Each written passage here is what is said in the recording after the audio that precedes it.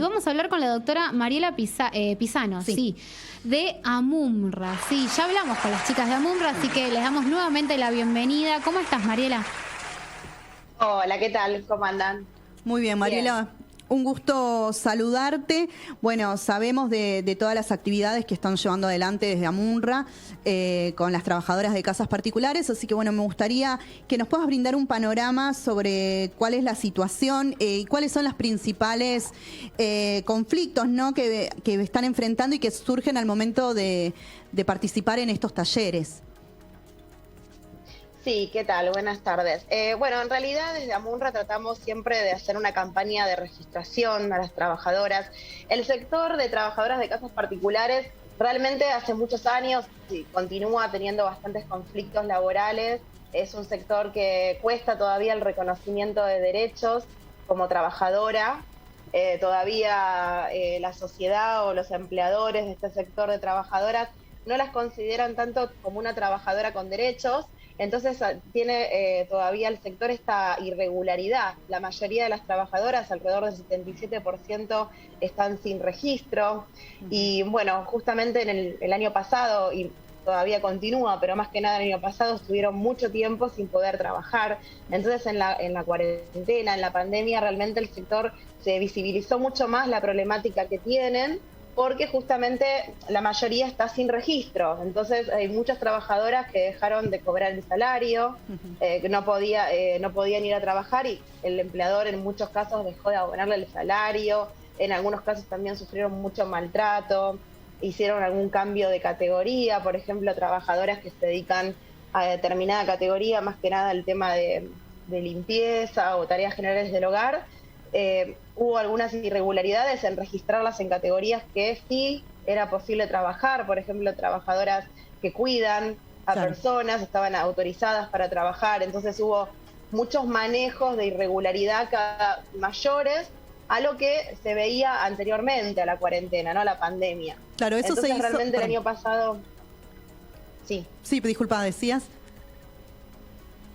No, que realmente el año pasado se visibilizó mucho el sector y es lo que también trajo aparejado el reconocimiento, ¿no? Cada vez más de estos derechos que tienen las trabajadoras por el sufrimiento que también muchas sufrieron, el maltrato, la falta de pago de salarios, la irregularidad con la que están todavía trabajando y toda esa crisis que generó el año pasado, la pandemia, hace que justamente cada vez más las trabajadoras también empiecen a valorar sus derechos. Y los empleadores van a tener que empezar a asumir la responsabilidad de tener una trabajadora en la casa, ¿no? Todavía los empleadores las consideran una ayudante, una señora que va a trabajar a la casa, pero bueno, sabemos que del año 2013 el registro es obligatorio, trabajen el tiempo que trabajen, y muchos empleadores esto o lo desconocen o lo pasan por alto y hace que justamente muchas trabajadoras no tengan obra social, no tengan RT, no tengan protección desde la RT, desde la RT y también aportes jubilatorios, o sea, todo lo que hace a la protección de un trabajador. Así que bueno, así estamos todavía con un alto porcentaje de irregularidad del sector. Es informal, la mayoría, ya les dije que más o menos casi el 80% de trabajadoras está sin registro. Así que con todo lo que trae aparejado la falta de registro, ¿no? Claro.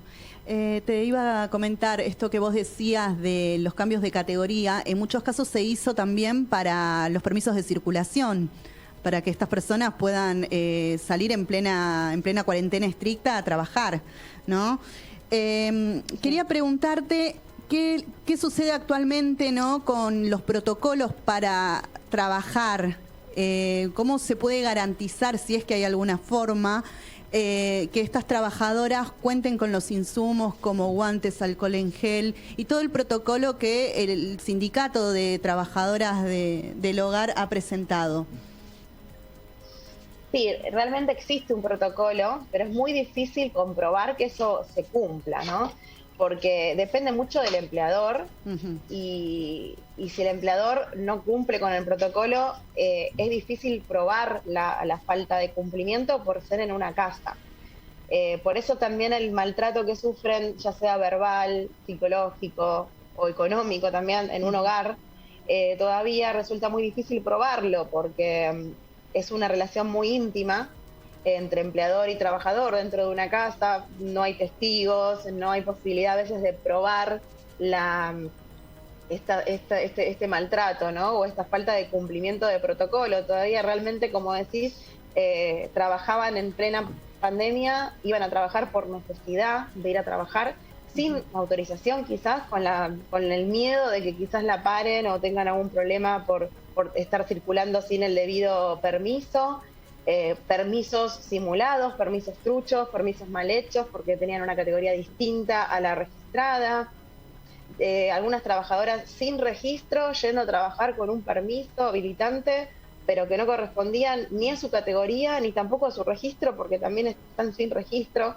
Entonces pasaron un montón de circunstancias que justamente prueban esta urgencia que tenían en su momento también las trabajadoras de poder trabajar, ¿no? Porque a pesar de estar en plena pandemia corriendo riesgo su salud, la salud también de sus familias, iban a trabajar o sin permiso o con un permiso inventado, hasta con otro nombre. Bueno, he visto muchas situaciones de irregularidad terribles y ni tampoco con un protocolo adecuado. O sea, el protocolo dice que la trabajadora tiene que llegar a la casa, cambiarse la ropa, tal vez lavarse las manos, tener alcohol en gel, tener mudas de ropa distinta, llegar de comprar cosas en un local y otra vez volverse a cambiar. Bueno, un montón de situaciones de higiene que no se estuvieron cumpliendo realmente. Entonces es muy difícil probar que no se cumpla. Pasa que, bueno, todo reclamo que uno pueda hacer, como la trabajadora, cualquier reclamo que haga el empleador, trae aparejado a la falta de justamente la pérdida de ese trabajo, porque un reclamo legal termina en una pérdida del trabajo, ¿no? De pérdida de ese vínculo laboral.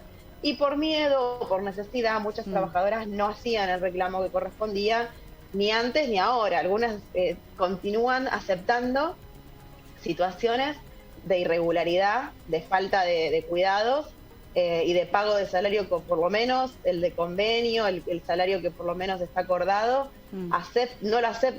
terminan aceptando situaciones mucho menores, con menos cuidados o con menos salarios, por necesidad, básicamente, ¿no? Muchos por necesidad.